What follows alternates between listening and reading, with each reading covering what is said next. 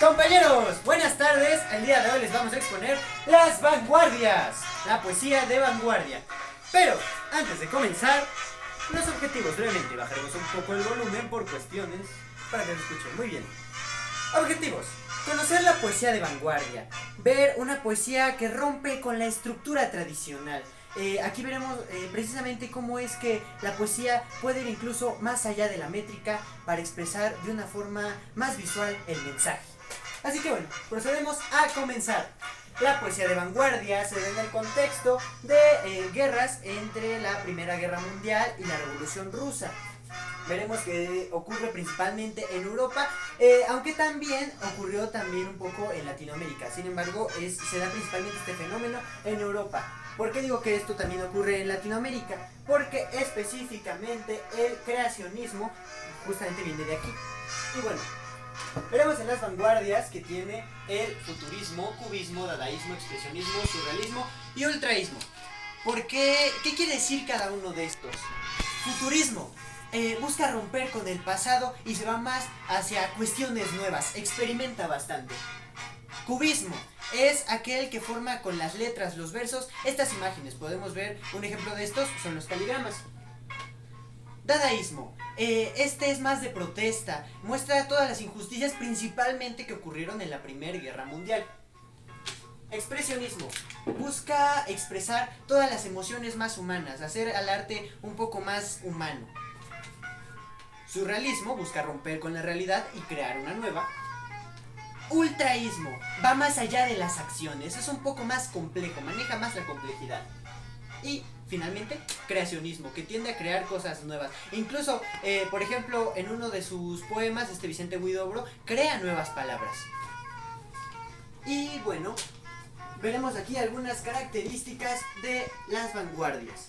Las vanguardias son surrealistas, en el hecho de que rompen mucho con la realidad, van hacia algo nuevo, innovadoras, justamente, precisamente por esto, porque van a estas cuestiones nuevas.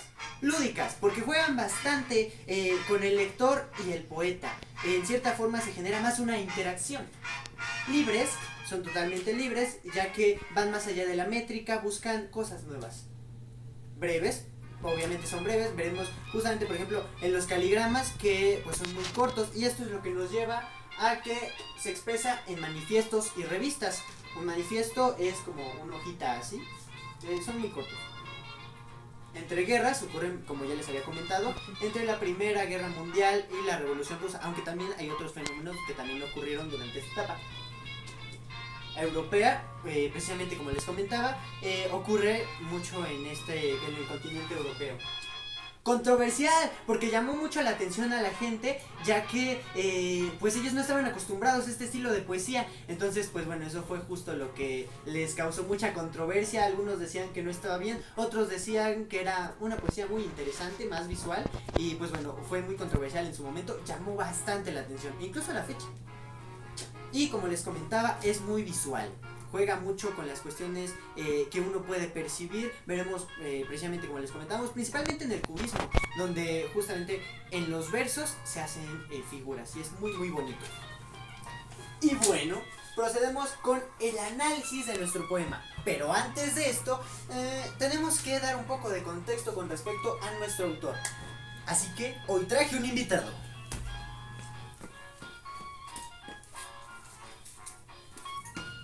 Bonjour amigos garçons, je suis Guillermo Polinac. Ah, se crea, no es cierto. Tengo un dispositivo mágico que hace que todo lo que yo diga, aunque lo digo en francés, pueda traducirse al español. Así que ustedes me pueden escuchar y todo lo que ustedes digan, yo lo escucharé traducido al francés. Así es. Así que bueno, yo soy Guillermo Polinac. Oh, de hecho, les traje una lámina, la hice especialmente yo. Puse una foto donde me veía súper guapo, ¿a poco no? De mi juventud. Yo nací en Italia en 1880, tenía a mi hermano Esteban, con quien crecí principalmente. Mi mamá era polaca y mi papá nos abandonó cuando yo era bebé. Y pues bueno, eso causó que tuviéramos problemas económicos y estuviéramos inmigrando principalmente en toda Europa, hasta que nos asentamos principalmente en Francia, en Mónaco, y ahí nos quedamos a vivir ya para toda la vida. Toda mi vida quise tener la nacionalidad francesa, pero me la dieron hasta que me morí. Pero bueno, yo consideraba que mi mundo era bastante aburrido, todo caía en lo, pues sí, en lo repetitivo, y pues hacía falta algo nuevo, algo incluso complejo, desafiante.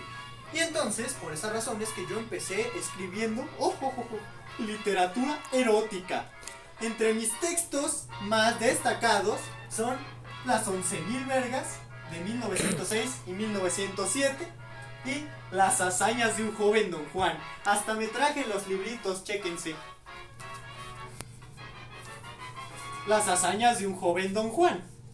Les veré, aquí tengo una lectura sobre de qué tratan.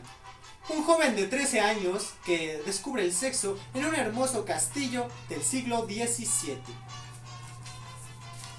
En cambio, Las 11.000 vergas trata de Moni Vivescu, un señor que viaja a Port Arthur en la guerra ruso-japonesa, donde junto con los enfermos soldados rusos, descritos así en la lectura, donde junto con estos soldados que están muy loquitos, celebran las perversidades con Moni. Todos ellos hacen muchas locuras sexuales. Pero aquí principalmente no solo trato esta cuestión de la sexualidad, sino que también me muestro a favor de los japoneses, porque los rusos ya estaban siendo muy abusivos. Y entonces por esa razón es que aquí muestro todas estas perversidades en la mente de los rusos. Están loquitos. Bueno, aquí procedo a dejar todo esto. Bueno, ahora les tengo que contar. Robamos la Mona Lisa, Picasso y yo.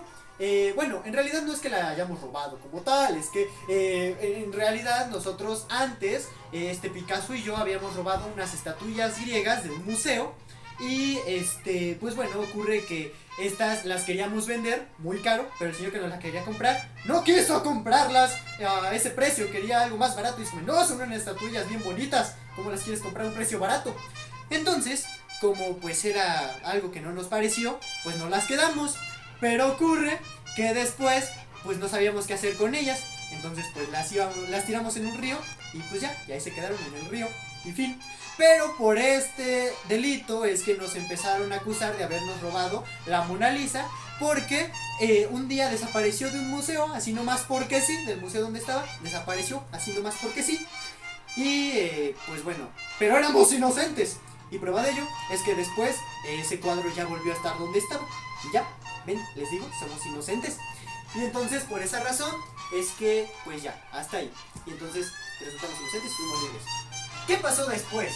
En 1913 surgió mi obra maestra, Los Caligramas, con los cuales creábamos una poesía, pero que hacía figuras. Y eso era algo bastante novedoso.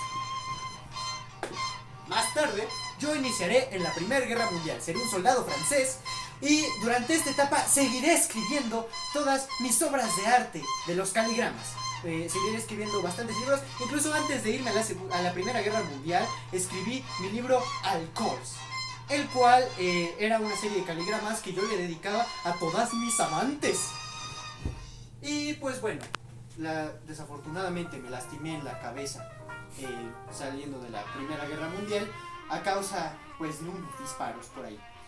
Y entonces eso provocó que me muriera en 1918. ¿Y por qué creen que me morí? ¿Por qué? No, ¿por qué creen? ¿Ustedes por qué imaginan que me haya muerto? ¿Por los disparos? No, por gripe. La gripe española era tremenda en esos tiempos. Así que pues bueno, me morí. Y ya, eso es todo. Ahora, por favor, señor Víctor, continúe analizando esta obra de arte de poema. Oh, claro, muchas gracias, muchas gracias. Puede retirarse.